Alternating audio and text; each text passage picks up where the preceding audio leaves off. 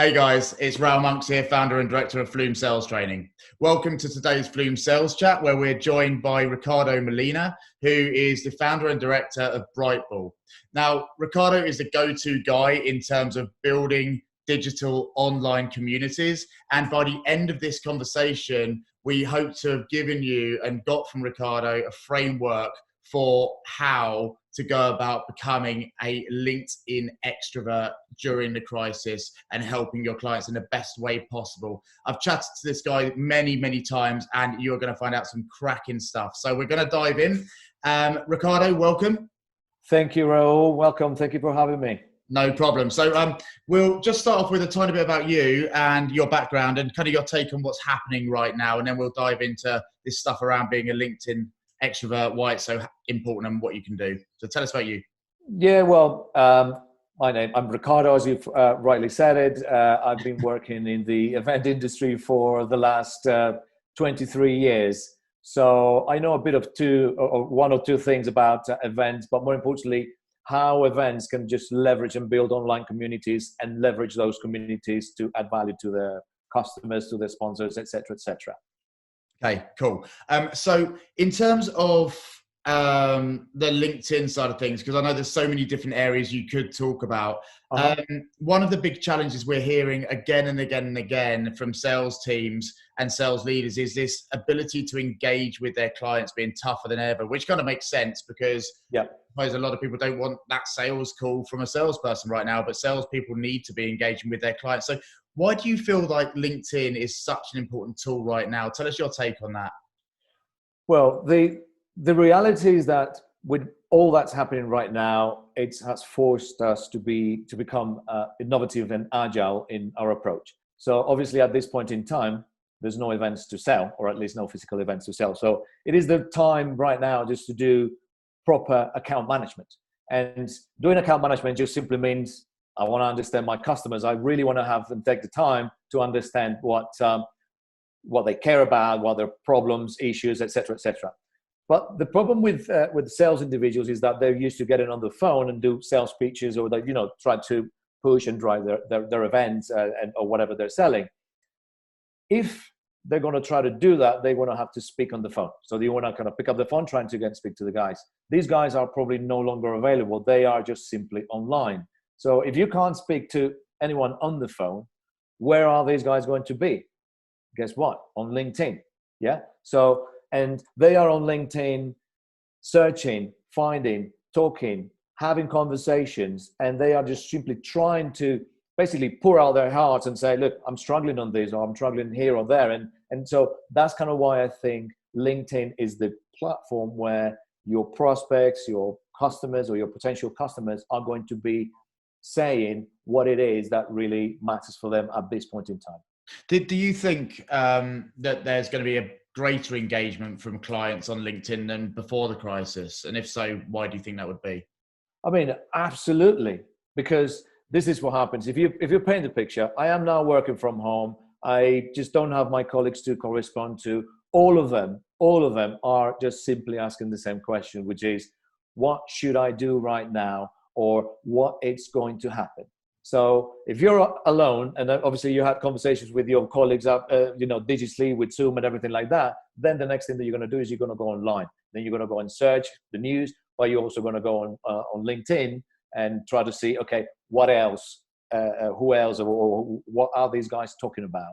What's being said? And obviously you probably would have seen that the CEO of an organization or the director of whatever it is, senior level people are actually just saying out loud, this is the problems that we're facing. I'm struggling with this. I don't know what to do with this.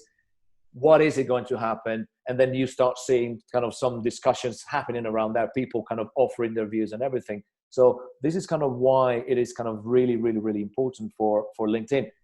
There's no one else to do, unless you do your training sessions and you watch TV, whatever it is. LinkedIn is where you're going to be connecting with the industry. That's where the networking is happening.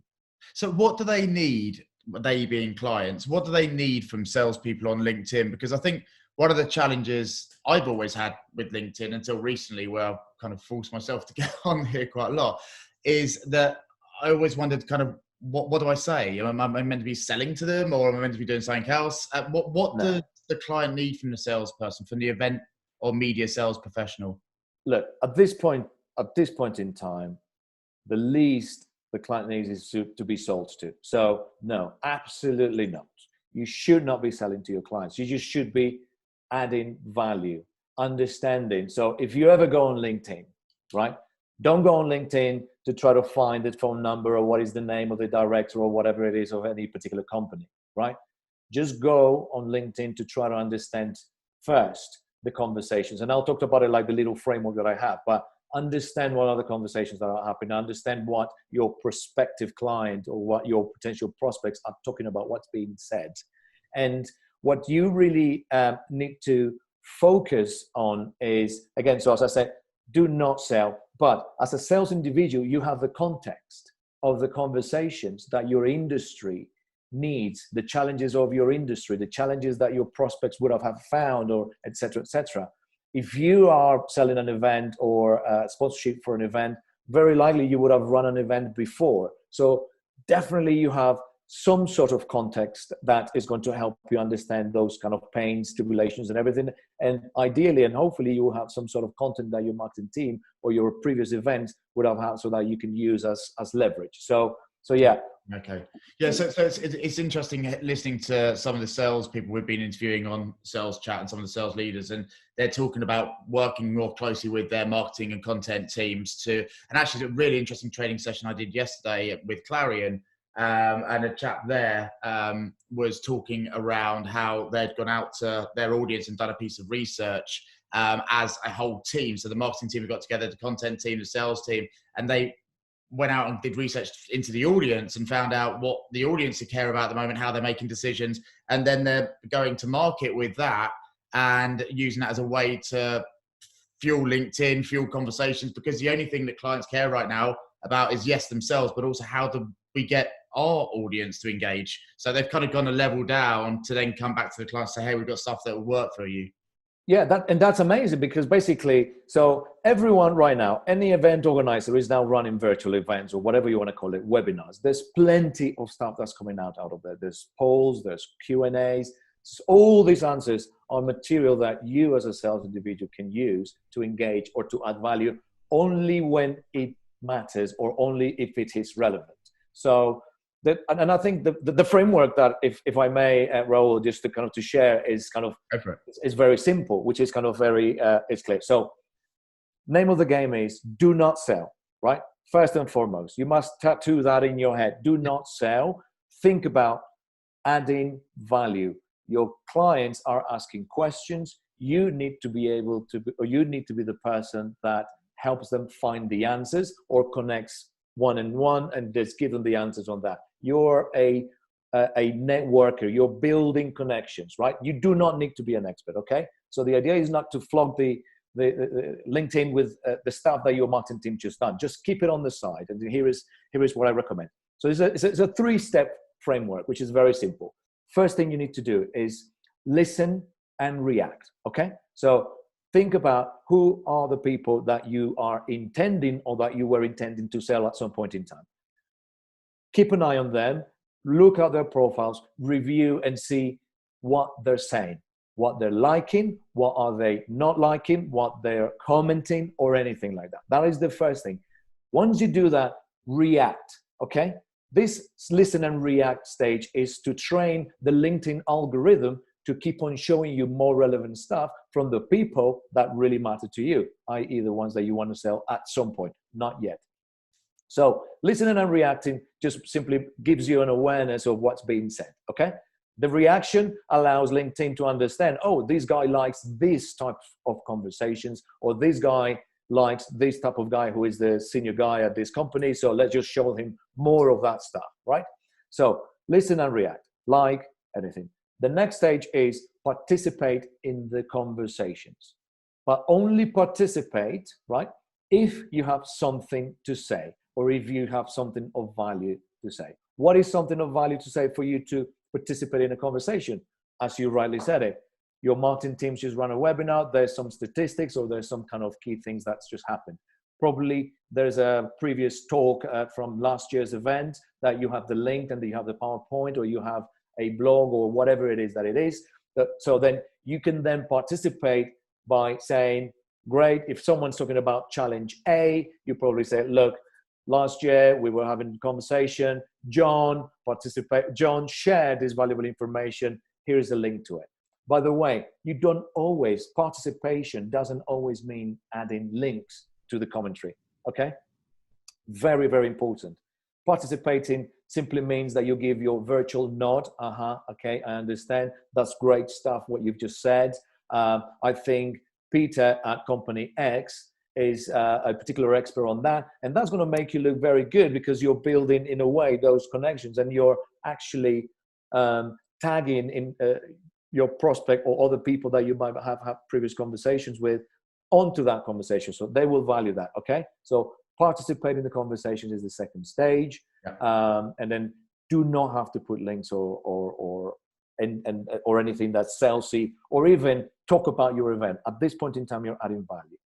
And the third stage is that you, as an individual, in your process of becoming a digital extrovert, you need to use your own profile to post things, right?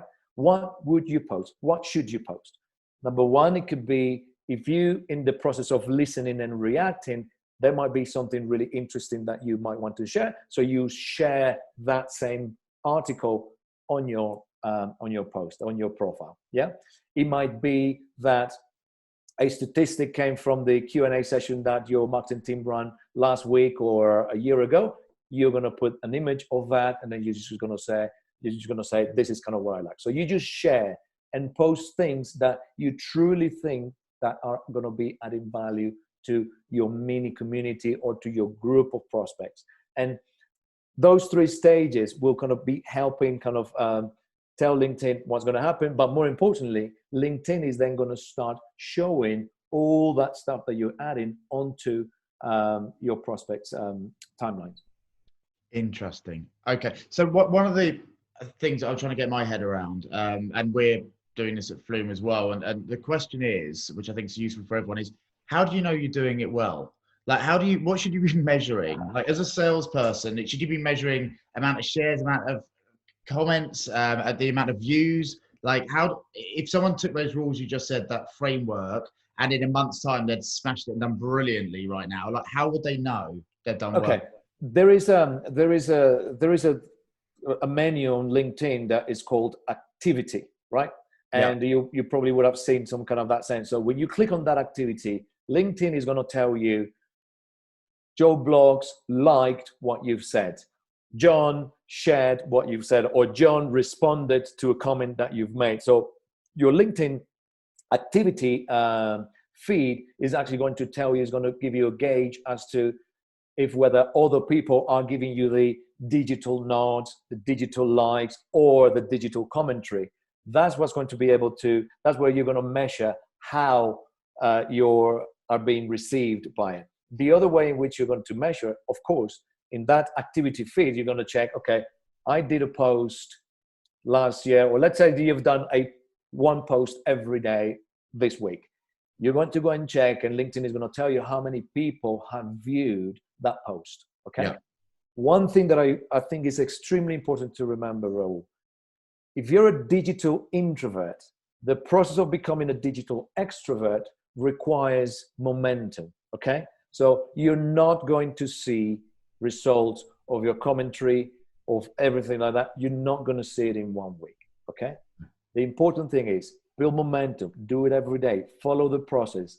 As you progress 1 week, 2 weeks, you will then start to see with your activity that your postings will start to gain momentum, or you start to see more views of people that have seen or that have been shown your posts on their feeds. And I think that is the very important element.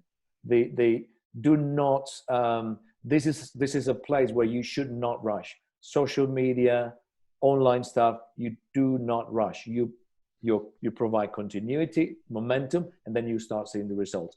If you don't see results, or if you don't see your post kind of being shown to more people, then probably you need to adjust that a little bit and use your judgment.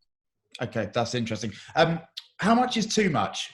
Because you can be an extrovert who's slightly over the top, surely, or is there no such thing as too extroverted on LinkedIn?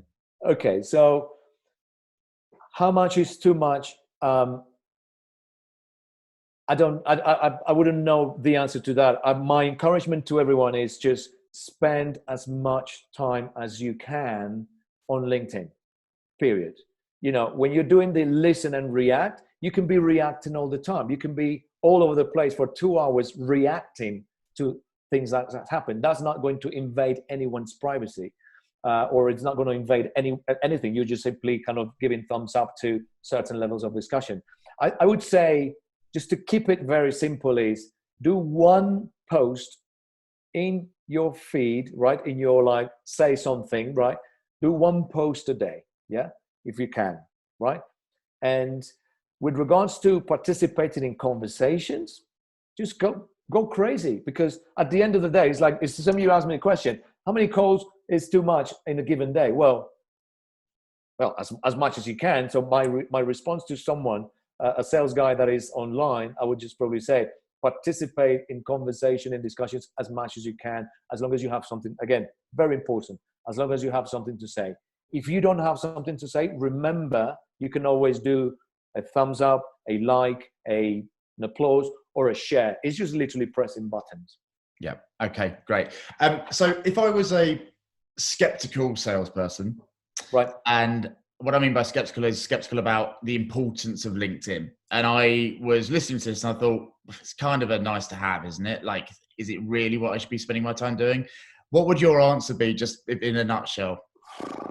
I think, is that where you should spend your time? I would say absolutely, because where else are you going to be? Honestly, if you're going to make a phone call, try to make a phone call and try to get someone to answer that phone call. The guy that is on the other side of the phone, again, how many times are they going to be able to share their views, their thoughts, their pains with X number of, sales guys that are probably trying to call them? And this is what happens.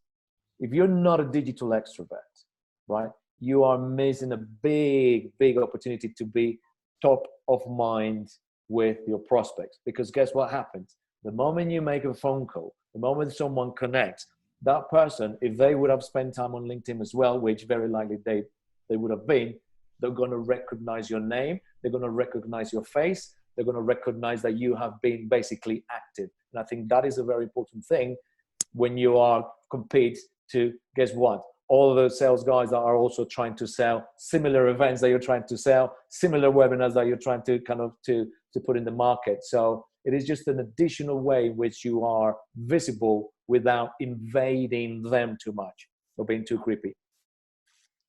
Okay. One last question. So let's say I'm bought into LinkedIn now and I want to go on there and be a mega extrovert and go crazy. What's the biggest mistake I can make? Do not sell, first of all. Do not sell, because then that is a massive turnoff, okay? So if someone gives you the opportunity to engage or start having a conversation, do not attempt to sell. Ease the conversation, continue building that rapport digitally, and it will become naturally at a point where you actually can take that conversation from a public thing to the feed. The other element is, do not abuse tagging other people, right? You're becoming a digital extrovert and you realize that perhaps you started tagging some of your prospects, some of your people and everything, and then you go crazy. Do not do that, because that can get people kind of a little bit upset. I would say that those would be kind of the two things. Okay, fab. Ricardo, we're going to have to call it a day there. It's been fascinating talking to you, and I've learned stuff every single time I chat to you, and hopefully you guys at home listening to this, probably watching it on LinkedIn right now, are doing the same thing your clients are doing. So this is the opportunity for you to become someone who stands out, someone who has the right impact on their clients, and someone who's remembered in this time as someone who is helping their clients get through this, which is the best way to forge relationships which could last forever. So Ricardo, go for it. No, I was just going to say, start now, listen to this if you listen to it and react to it. Like it or make a comment if you really like it, because that's what's going to start to get the ball rolling. That's a really good point. Yeah, do that. What he said. All right, Ricardo, it's been a pleasure. Have a great weekend and we'll speak soon.